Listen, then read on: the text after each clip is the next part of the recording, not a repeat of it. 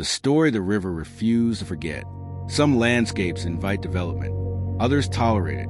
But there are places, rare places, where the land responds, where it remembers, where it decides what may remain and what must be washed away.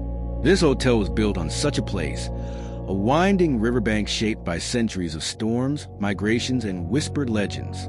A river that held memory, like a living archive. The vision began with a team that wanted to create a retreat woven into the river's sinuous path, a series of floating suites, elevated walkways, and open-air pavilions that drifted with the rhythm of the water.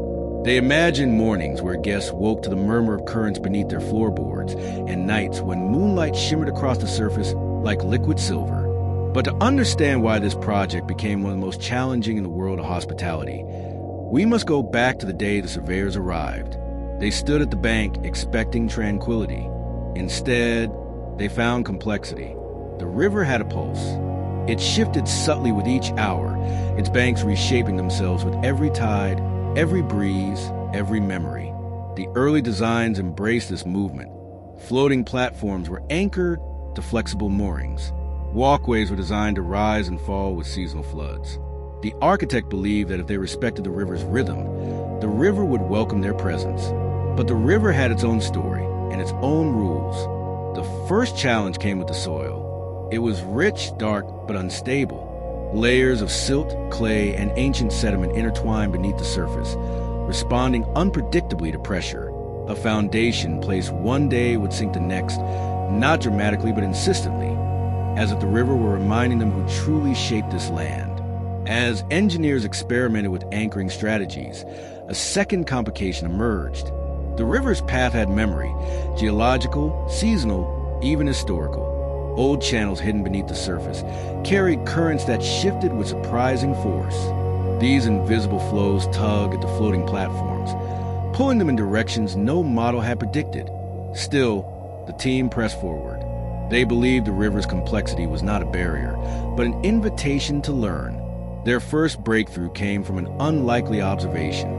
One of the oldest fishermen in the region explained that the river listened, that it responded differently depending on what rested on its surface. Heavy boats caused resistance. Light rafts drifted freely. The river favored what respected its movement. Inspired, engineers redesigned the floating suites to be lighter, distributing weight across wide supports that floated almost effortlessly. For a time, it worked. The platform stabilized. The currents embraced them. Then everything changed. During an autumn tide, the water rose higher than expected, not violently, but deliberately, as if testing the structure's ability to adapt. The platforms lifted gracefully, but the walkways, though designed to flex, strained against their supports. One twisted, another cracked, and when the tide receded, debris carried downstream revealed something unsettling. The river had shifted its own banks overnight, carving a new path just meters from where the hotel was planned. The river was rewriting itself. Tension spread across the project. Investors saw danger.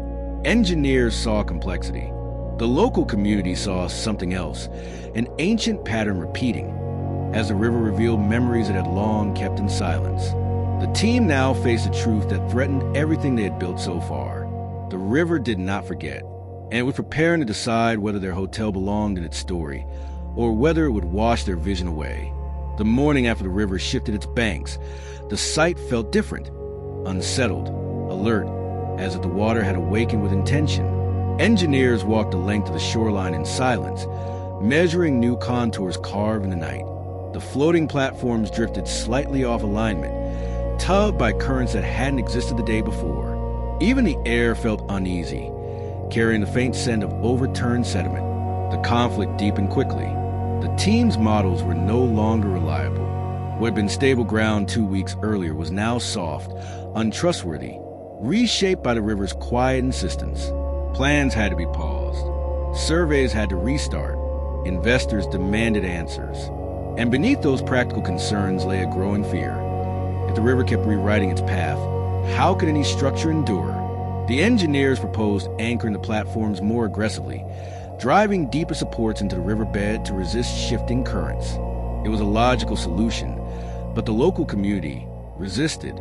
Elders recalled stories of past settlements that had tried to restrain the river, only to face devastating floods. The river remembers. They warned. It remembers every wound. The tension between scientific reasoning and ancestral knowledge sharpened. Both sides believed they were protecting the project. Both feared the consequences of being ignored. Then came the second warning. One evening, as the sun lowered into a copper haze, the river began to rise without rain, without wind, without any meteorological explanation. The water lifted slowly, deliberately, carrying fallen leaves in spirals that felt almost ritualistic. The floating platforms responded gracefully. They were designed for this. But the walkways strained again, the same way they had during the autumn tide. This time, a support beam gave way. It snapped with a quiet, sickening sound, bending under pressure that should have been manageable. Workers scrambled to stabilize the structure, but the message was unmistakable. The river was not challenging the platforms. It was challenging connection between land and water, the very threshold where the hotel hoped to exist. Tension erupted within the team. Some argued the walkway system had been flawed from the beginning. Others claimed the river's rising was temporary, an anomaly. A few, shaken by the elders' warnings, feared they had underestimated the river's intent. That it was protecting a memory, a path, a story older than their project. At the height of the debate, the lead hydrologist presented a discovery that reframed everything. Deep beneath the surface, the river carried a forgotten channel, an ancient route recorded in geological layers and folk tales alike. That hidden channel still pulsed with slow, powerful currents. And those currents had awakened. The river wasn't unpredictable. It was remembering itself. This realization fractured the remaining certainty within the group. Should they rebuild the walkway in a safer direction? Should they elevate everything? Should they relocate the project entirely? Each choice carried risk, cost, and doubt. No path forward was clear. Late one night, unable to sleep, the project's lead architect walked alone along the riverbank. The water glimmered under moonlight, weaving patterns he had never noticed before. Patterns that matched the stories locals once told about how the river guided travelers, protected its secrets, and reshaped its path whenever the land forgot its nature. In that moment, he understood. If the hotel was to survive, it could not follow the blueprint of what they wanted. It had to follow the blueprint of the river. The next morning, he returned to the team with a proposal that shocked everyone. A plan that would require abandoning months of work, reimagining entire structures, and accepting that the river, not the architects, would determine the hotel's true form. The emotional conflict reached a breaking point, but beneath the fear and resistance, the truth lingered like a rising tide. To be part of the river story, they had to let the river lead. The proposal landed in the room like a tremor, quiet but undeniable. The architect suggested they abandon the static walkways entirely and rebuild the hotel as a network of floating structures, each one guided by the river's movements rather than resisting them. Platforms would drift within designated boundaries. Walkways would flex, rise, and pivot like river reeds. The entire retreat would become a living system, an architecture shaped not by permanence, but by flow. At first, no one spoke. Engineers stared at the sketches, struggling to imagine a hotel that behaved like a fleet instead of a foundation. Investors balked at the cost, the risk, the uncertainty. Even the community elders exchanged wary glances. They respected the river's memory, but trusting it so completely demanded courage few possessed. Then the arguments began. Some insisted the idea was madness. How could a luxury hotel function if it moved? How could safety be guaranteed? How could walkways adjust without disorienting guests? Others argued the opposite, that the river had made its position unmistakably clear. Any attempt to impose control would fail. It was the most emotionally charged debate the project had ever faced. Meanwhile, the river acted as if indifferent to human indecision. Each day brought subtle shifts, a change in water clarity, a new eddy pattern, a sandbar dissolving in hours. The river was alive, resolute, unbothered by human frustration. As tension escalated, the senior hydrologist made a bold statement. If we build the way we planned, the river will erase it. If we build the way the river teaches us, it will protect it. The room fell silent. The proposal, once outrageous, began to settle into possibility. The deeper they studied the ancient channel, the clearer the river's behavior became. It did not move randomly. It moved purposefully, shifting to relieve pressure, avoid erosion, and maintain balance within its banks. The hotel could follow that logic. Platforms could be shaped to distribute their weight like floating islands. Walkways could be engineered like flexible bridges used for centuries in river cultures. Structures could rest lightly, allowing the river to breathe beneath them. But a final emotional fracture awaited them. Rebuilding meant destroying what they had already constructed. Months of work, millions in materials. The walkways had cracked, the platforms pulled off course. All of it would need to be undone. The team felt the weight of failure, even though this shift was not failure at all, but alignment. The most painful moment came when workers dismantled the first walkway. As bolts were loosened and would lifted away, some felt they were erasing history.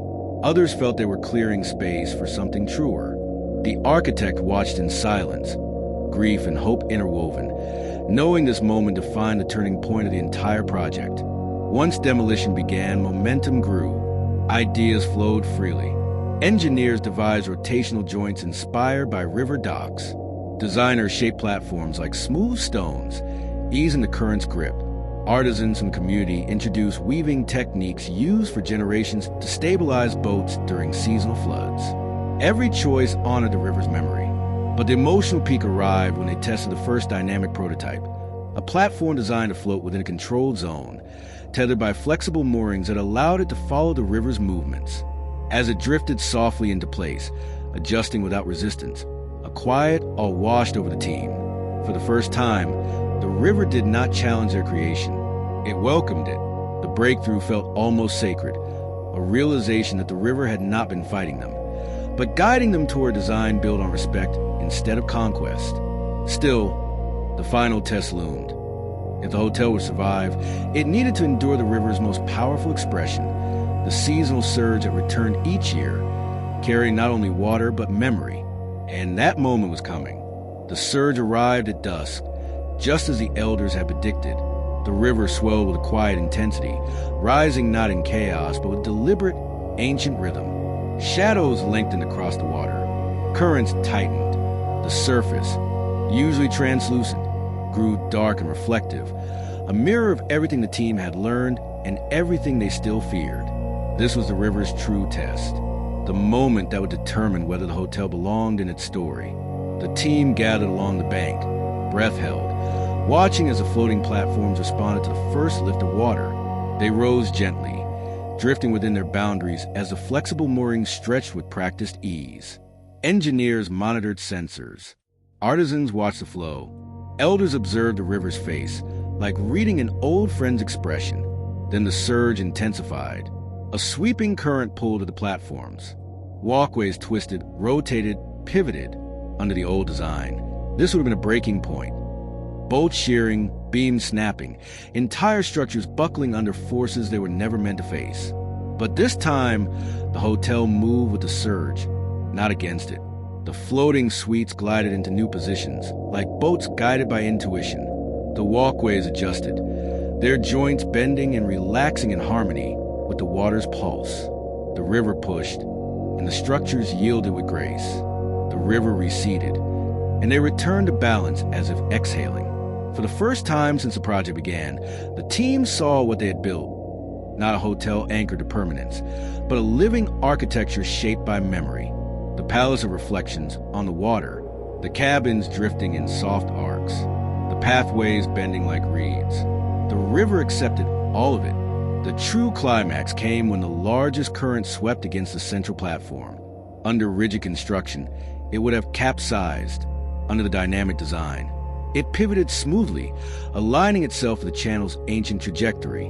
The movement was subtle, almost elegant. The river was guiding it, and it was listening.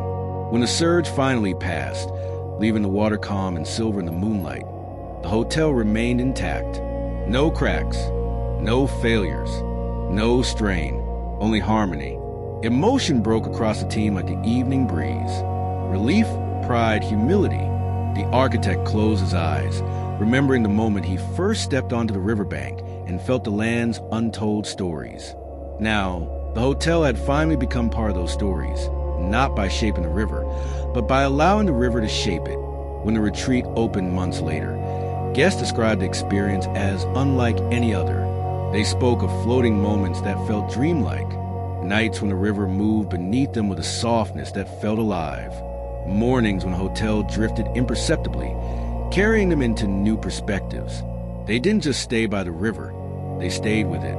The hotel became a sanctuary of movement, memory, and surrender, and that is the legacy of the place the river refused to forget. A reminder that the world is full of stories older than our ambitions. That true belonging comes from listening, and that some landscapes do not yield to blueprints. They invite us to evolve. Subscribe to join the journey.